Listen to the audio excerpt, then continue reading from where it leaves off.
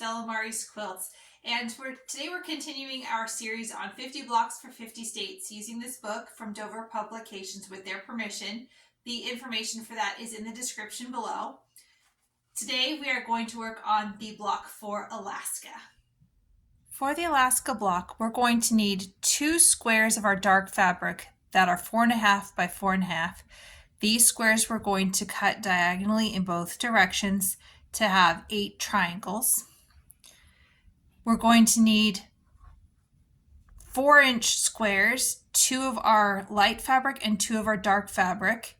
These are going to be cut diagonally once so that we have 4 triangles of each color. We are also going to need 2 squares that are 3 by 3, one in our dark fabric and one in our light. And these will also be cut diagonally one time so that we have 2 of each color in triangles. Then we're going to need 4 2.5-inch squares that are of our light fabric. We're going to need 4 3.5-inch squares of our medium fabric. And we're going to need 8 diamonds out of our medium fabric. Cutting the squares is pretty straightforward, so we're not going to go over how to do that, and I'm not going to show you how to cut them diagonally, but I am going to do a quick demonstration of how to cut the diamonds. To cut the diamonds, we're going to cut a strip that's 4 inches wide, and then we're going to open it up using the 45-degree angle on your ruler. Mine is right here. We're going to line that up against the long edge of our strip. And we're going to get the point as close to the selvage as we can. And then we're going to go ahead and trim that off so that we have an angled cut.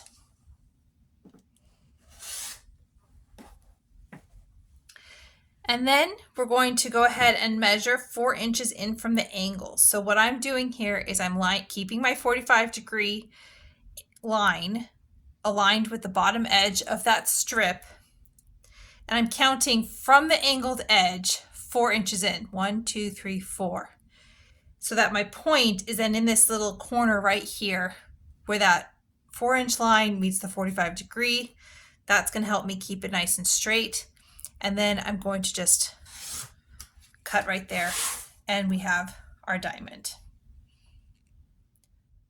The final block for the Alaska quilt is going to be assembled in quadrants that are triangles. So I find it easiest to lay out the block starting from the bottom. So I'm going to put my diamonds in place, and I'm going to stack up 4 quadrants at a time here.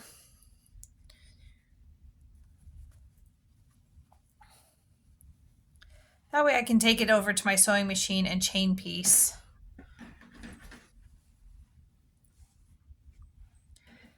I'm going to put the triangles. These are the triangles that were cut from the 4.5-inch squares.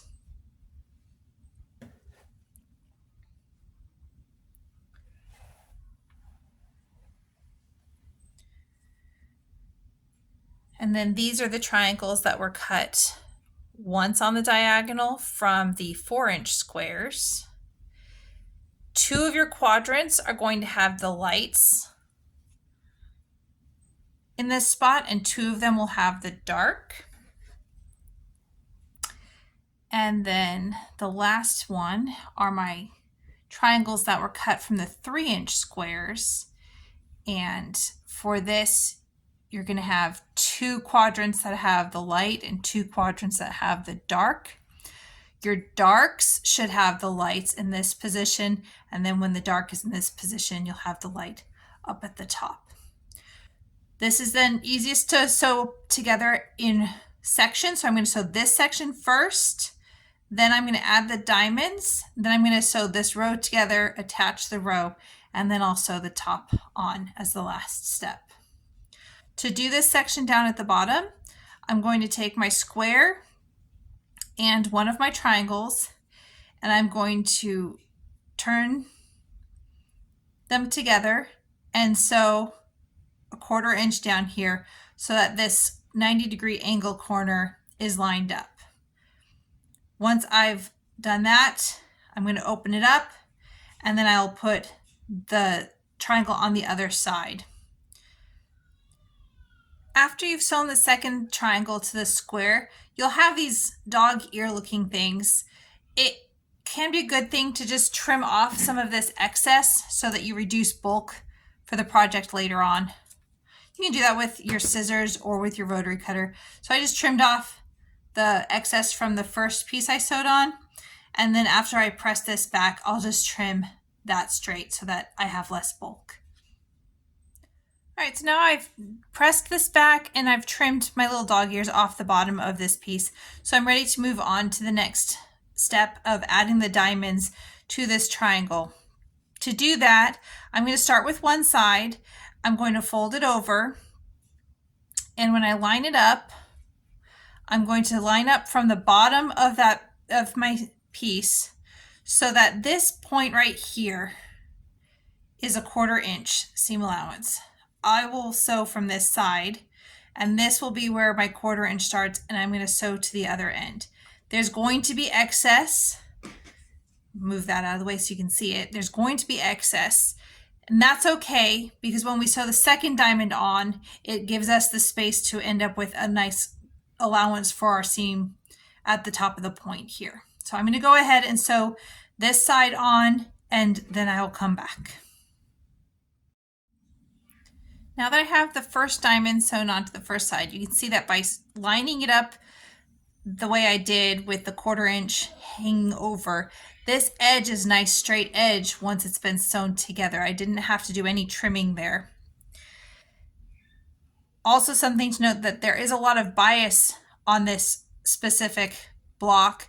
So making sure that when you're pressing, you're just pressing, you're not stretching. That way everything stays the right shape and nothing gets distorted. So as you can see, I do have that excess up at the top, like I said would happen.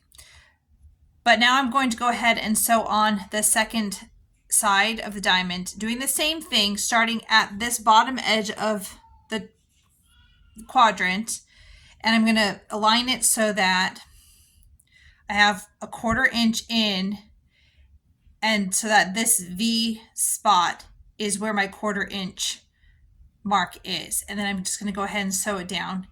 And when I do that, when everything's lined up, on the other end, this should also then be a 1/4 inch in that V.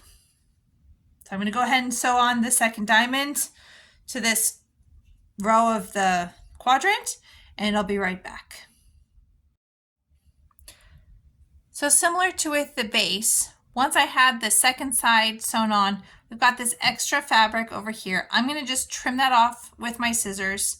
Technically, you could trim this with your ruler going straight across before you sew on the second diamond if you wish. I tend to just leave it on and then trim it afterwards. But then I'm going to go ahead and press this back, being careful to just press it back and not stretch it because there are bias edges there. And then I'm going to trim my excess here, and that'll be the first row completed. And then the first row is complete right here.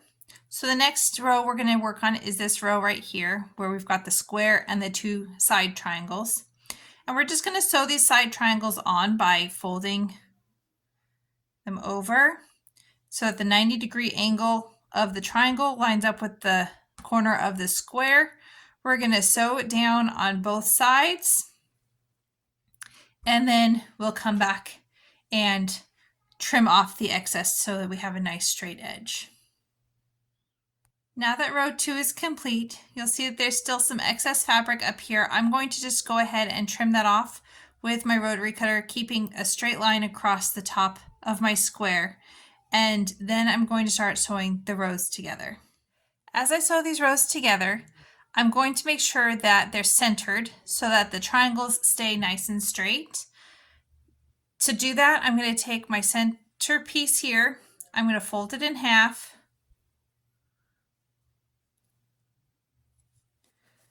I'm going to mark my center just with a quick finger press on both edges. And then when I lay it down with the bottom strip, I'm going to make sure that this center line matches up with the point of the square down at the bottom. And when I line up the triangle on the top, I will fold this triangle wrong sides together to get my center point with the finger press, which I can then lay into the fold that I already did on the second row here. And then when I lay that across, I should have a 1/4 inch seam allowance into a V on this side and a 1/4 inch on that side. And then I'll just sew across here. I'll sew across here and press, and then I will be right back. We now have all 4 quadrants sewn together. We have 2 with the dark in the center at the point and the light on the sides. And then we have 2 with the light in the center and then the dark on the sides. Now we're just going to go ahead and arrange the block.